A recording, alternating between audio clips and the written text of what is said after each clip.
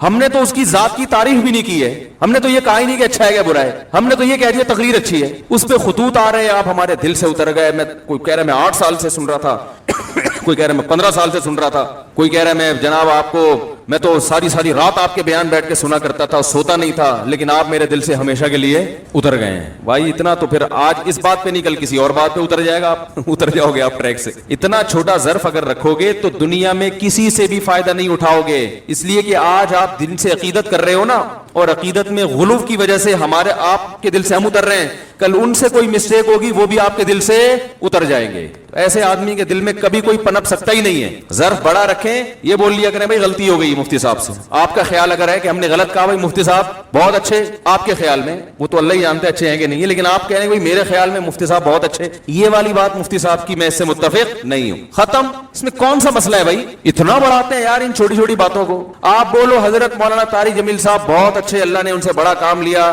بڑا تقوی, بڑی للہیت, یہ جو انہوں نے عمران خان کی تعریف کی, آپ جو ان سے اختلاف کرتے ہیں بولے بھائی اس معاملے میں ان کی رائے سے متفق نہیں ہوں, باقی ان کا کام اللہ نے عقیدت محبت ہے ان سے, اللہ ان کی عمر میں برکت دے, یہ والی. اور کبھی ملاقات ہوئی تو میں ان سے کہہ دوں گا کہ حضرت یہ آپ نے اچھا نہیں کیا, بس ختم.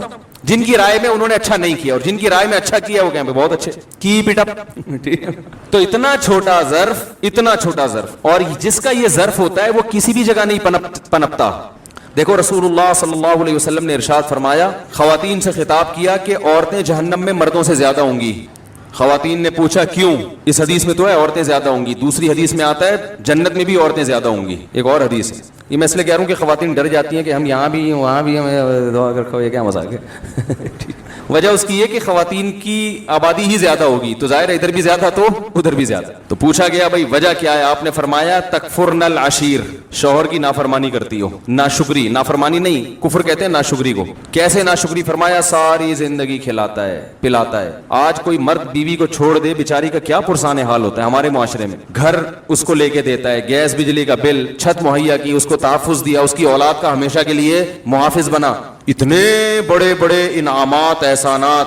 اور نبی نے فرمایا کسی دن تھوڑی سی اونچ نیچ ہو جائے, اس کی تنخواہ کم ہو گئی بیچارے کی, اب گوشت نہیں لا پا رہا, توریوں پہ گزارا کروا رہا ہے, ناشتے میں انڈے کا انتظام نہیں کر سکا, آج بیگم بغیر ناشتے کے رہ لو, آج ناشتہ نہیں کرتے, ٹھیک ہے نا, تھوڑی تنخواہ میری, حالات ٹف چل رہے ہیں, یا ناشتہ کرو مگر انڈا نہ منگواؤ, پراٹھا ڈبو کے, مفتی صاحب نے کہا ڈبو کے کھانے کا اپنا ہی مزہ ہے, تو آج ہم پراٹھا چائے میں ڈبو کے کھا لیتے ہیں. تو نبی صلی اللہ علیہ وسلم نے فرمایا کبھی کچھ ہو جائے نا تو کیا عورت تانا کیسا دیتی ہے, ما رأیت منک خیرا قط, میں نے کبھی بھی آپ سے خیر, سب عورتیں نہیں لیکن بہت سی عورتیں یہ کام کرتی ہیں کہ میں نے آپ سے کبھی خیر نہیں دیکھی, میں اس گھر میں آئی ہوں مجھے ملا کیا ہے. کتنا بڑا زندگی بھر کے ہمارے مسلم معاشرے میں تو مرد تو بہت زیادہ تحفظ دیتا ہے. کیسے باپ اپنی بیٹی کے لیے رشتے تلاش کر رہے ہوتے ہیں کیونکہ اچھا آدمی مل جائے, اور پھر طلاق سے ڈرتی بھی ہیں, کہتی ہیں طلاق دے کے مجھ پہ ظلم کر دیا, مجھے یہ کر دیا. طلاق دے کے کیا کیا, اس نے اپنے آپ سے جدا کر دیا نا, تو اب رو کیوں رہی ہو؟ اس کا مطلب وہ نہ دیتا تو تم پر احسان تھا اس کا کہ اس نے تمہیں ٹھکانہ دیا ہوا ہے. اور دینا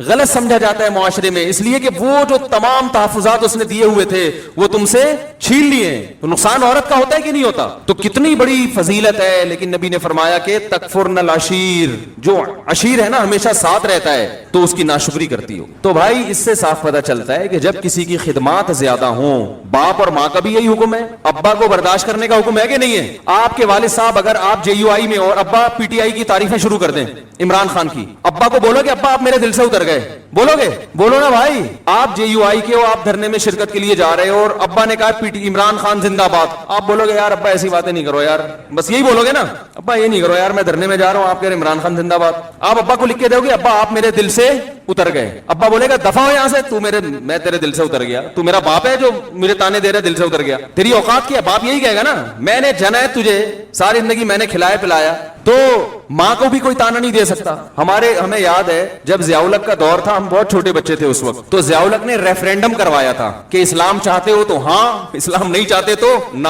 بہت ہوشیار آدمی تھا ضیاء الحق بھی. اس نے ریفرینڈم کروایا تھا کہ اگر آپ اسلام چاہتے ہیں تو مزید 5 سال کے لیے مجھے ووٹ دے دیں. تو ہمارے خاندان میں ایک بوڑھی خاتون ہیں, اب تو بوڑھی ہو گئی, اس وقت تو اتنی بوڑھی نہیں تھی, وہ ہماری محرم رشتہ ہے ان سے, وہ نا پہ ٹھپا لگا کے آ گئی. بڑے ہم نے کہا بھائی کیا اسلام نہیں چاہیے؟ انہوں نے کہا اسلام چاہیے, ضیاء الحق نہیں چاہیے ہمیں. انہوں نے کہا اسلام چاہیے ہمیں ضیاء الحق نہیں چاہیے, ان کو نہیں پسند ہوگا ضیاء الحق. تو باقی اکثر لوگ ہاں پہ جا کے ٹھپا لگا رہے تھے, تو ہمیں ان کی بات پہ ہنسی آئی. ہم جو تھے ضیاء الحق کی طرف تھے, ہم سمجھتے تھے کہ بھئی یہ دیندار آدمی ہے, تہجد گزار آدمی ہے, یہ اسلام کو, اور اس نے بہت حد تک کیا بھی, ہماری رائے کے مطابق کام, وفاقی شرعی عدالت بنائی, مفتی تقی صاحب کو اس کا جج بنایا, حدود آرڈیننس سارے ضیاء الحق کے ہی بنائے ہوئے ہیں. اس کے دور میں جو جتنی ٹی وی اینکرز تھی سب کے سر پہ دوپٹہ ہوتا تھا, بہت سارے کام اس نے کیے اور بہت سارے کر سکتا تھا, مگر لوگوں نے اس کا ساتھ نہیں دیا. لیکن اس میں بھی رائے کا اختلاف ہو سکتا ہے, کوئی کہتا ہے امریکی ایجنٹ تھا, کوئی کہتا ہے کیا ہوا. ایسا نہ ہو جو تھوڑے بہت جن کے دلوں سے میں نہیں اترا, اب ان کے دلوں سے بھی اتر جاؤں کہ آپ تو ضیاء الحق کی حمایت کر رہے ہو. تو 2 منٹ لگتے ہیں دل سے اترنے میں. تو وہ نا پہ لگا کے آ گئی. اب وہ ہمارے خاندان کی بڑی خواتین, ہم ان سے یہ کہتے ہیں آپ ہمارے دل سے ہمیشہ کے لیے اتر گئی. تو بھائی رشتے ہیں ٹھیک ہے نا کا, اور ہم نے بظاہر تو یہ کفر ہے نا کہ اسلام نہیں چاہیے, وہ کہتی ہے اسلام چاہیے. یہ ضیاء الحق نے اسلام کا ان کے رائے کے مطابق لیبل لگایا ہوا ہے کہ اب اسلام تو ہر آدمی کہے گا نا ہاں, تو ہاں کا مطلب یہ کہ اگلے 5 سال کے لیے میں دوبارہ آ رہا ہوں. تو بھائی ہمارے اپنے رشتہ داروں میں ہم جب بیٹھتے ہیں, کوئی جے یو آئی کی حمایت کر رہا ہوتا ہے, کوئی پی ٹی آئی کی حمایت کر رہا ہوتا ہے. اب جو خاندان کے بڑے بزرگ ہیں ہم ان سے تمیز سے, احترام سے تھوڑی سی ڈیبیٹ کر لیتے ہیں, بحث کر لیتے ہیں. بھائی ٹھیک ہے آپ کی رائے ہے, بڑے بزرگ تو بزرگ ہی رہیں گے. اب یہ تھوڑی کہ وہ پی ٹی آئی میں چلا گیا تو وہ ہمارے دل سے اتر گیا, وہ جے یو. بھائی بڑے خاندان کے رشتہ ہے, دوست احباب میں بھی ایسے ہی ہوتا ہے. ہم جب بیٹھتے ہیں ہمارے دوستوں میں, ہمارے شاگردوں میں, میرے شاگردوں میں کوئی جے یو آئی کا ہے, کوئی پی ٹی آئی کا ہے, وہ بیٹھے ہوئے ہوتے ہیں. اب وہ کہ آپ ہمارے دل سے اتر گئے, میں کہوں گا دل سے اتر گئے تو میں تو سبق نہیں پڑھاؤں گا. جب تمہارا استاد سے تمہیں عقیدت محبت ہی ختم ہو گئی تو میں تمہیں تفسیر کیوں پڑھاؤں, میں کیوں پڑھاؤں بھائی تمہیں تفسیر. اتنا بڑا تانا تم نے دے دیا کہ آپ اب یعنی آپ ہمیں سمجھ میں ہی نہیں آ رہے نا, تو جب پھر اس سے پڑھو جو تمہیں سمجھ میں آ رہا ہے, جو سمجھ میں نہیں آ رہا اس سے کیوں پڑھ رہے ہو. تو چھوٹا دل نہ رکھو میرے بھائی, ظرف کو کیا کرو, دوسرے کی رائے سننے کا تحمل پیدا کریں, رائے سننے کا تحمل پیدا کریں. میں بہت کچھ بول سکتا ہوں ممبر پہ بیٹھ کے, بہت کچھ دلائل کے تانے بانے ملا سکتا ہوں, آپ بھی ملائیں, لیکن ہم تو ایک اصولی اور ضابطے کی بات کر کے آگے نکل جاتے ہیں کہ اصول اور ضابطے میں بھئی یہ ہم یہ کہہ رہے ہیں کہ یہ کام اچھا کیا, فلاں اگر کرے گا تو ہم اس کو بھی اپریشیٹ کریں گے, فلاں آدمی کا فلاں کام اچھا ہے, اور وہ قرآن و سنت نہیں بن جاتا, وہ ہماری رائے ہوتی ہے. تو اگر کوئی عالم پی ٹی آئی میں چلا جاتا ہے, میں کہتا ہوں کوئی عالم دین اگر پی ٹی آئی میں چلے بھی جائیں, دیکھو ایک زمانہ تھا, سیاسی باتیں نہیں کرنی چاہیے لیکن اب وہ دین کی جب تک میں مثال نہیں دوں گا تو جو میں شریعت ہی کا قاعدہ بتانا چاہ رہا ہوں سمجھ میں نہیں آئے. ایک زمانہ تھا کہ ایم کیو ایم بڑے عروج پر تھی, ایک عالم تھے, ان کا ایم کیو ایم میں ایک اسمبلی کے ممبر تھے, ان سے بڑی گہری دوستی, وہ ان سے بڑے جا کے بڑی اچھی طرح سے ملا کرتے تھے اور بڑی گہری دوستی. کسی نے اعتراض کیا کہ حکمرانوں سے تعلق ہے بھائی, کہ جب بھی اسمبلی کا ممبر آئے گا اور یہ جناب اس سے بڑے اچھے طریقے سے ملیں گے, اس کو چائے بھی پلائیں گے, یہ تو چاپلوسی کر رہے ہیں. یہ کیا کر رہے ہیں, یہ تو چاپلوسی, حکمرانوں کی چاپلوسی. تو میں نے ان سے کہا, میں نے کہا بھائی دیکھو, ایک جب کوئی بھی حکومت میں ہے تو اس کے خلاف چلو گے تو آپ اپنے کام نہیں نکلوا سکتے, اور اگر آپ اس سے دوستی لگا کے بہت سارے دینی کام کروا سکتے ہیں اس سے, تو یہ چاپلوسی نہیں ہے, یہ شریعت میں عین مطلوب ہے. چاپلوسی حکمرانوں کی وہ حرام ہے جو اپنی ذات کے لیے ہو, قوم کے لیے ہے, ملک و ملت کے لیے, تو یہ چاپلوسی نہیں ہے, یہ تو اخلاق ہے. اور شریعت نے ہمیں حکمرانوں کے احترام کا حکم دیا ہے, ان کو ذلیل کرنے کا حکم نہیں دیا. اس لیے کہ قومی اتحاد جو ہے نا, اتحاد وہ جب ہی ہوتا ہے کہ جب سب ایک امیر پر متفق ہو, تب ملک پاورفل بنتا ہے, تب اس وقت طاقتور بنتا ہے ملک. آپ درجنوں سیاسی اختلاف کریں, تو اگر کوئی کسی اسمبلی کے, اب میں اس لیے کہہ رہا ہوں, حضرت مولانا طارق صاحب جا کے بیٹھے ہوئے ہیں کسی حاکم کے پاس, اس کی تصویریں آ رہی ہیں, نیچے جھوٹی حدیثیں اور اسلاف کے واقعات کے, جو حکمرانوں سے ملتا ہے وہ یوں ہے تو وہ یوں ہے تو وہ فلانا ہے. بھائی جو اپنی ذات کے لیے ملے, اپنی ذات کو پروموٹ کرنے کے لیے, اور جس کے پیچھے مقصد ہو, جس کے پیچھے ایک قوم کی خدمت ہو, تو اس کے لیے بالکل جائز ہے. اور یہی کام جب آپ کرتے ہیں تو وہ حلال ہوتا ہے, دوسرا کرے تو وہ کیا ہو گیا, وہ ناجائز ہو گیا. کوئی اصول ہی نہیں ہے, کوئی ضابطہ ہی نہیں ہے کسی بھی چیز کا. تو خلاصہ یہ نکلا کہ تھوڑا سا ظرف کو بڑا رکھیں, اختلاف رائے کا تحمل کریں کہ اس کی یہ رائے ہے, ہماری. دیکھو یہ ہمارے اکابر میں اس سے بھی بڑے بڑے اختلافات ہوئے ہیں. فلاں کو وزیر اعظم بننا چاہیے کہ نہیں بننا چاہیے, فلاں حقدار ہے یا نہیں, یہ کم درجے کا اختلاف ہے. کنٹری بننا چاہیے نیا یا نہیں بننا چاہیے, یہ زیادہ بڑا اختلاف ہے. کیا خیال ہے؟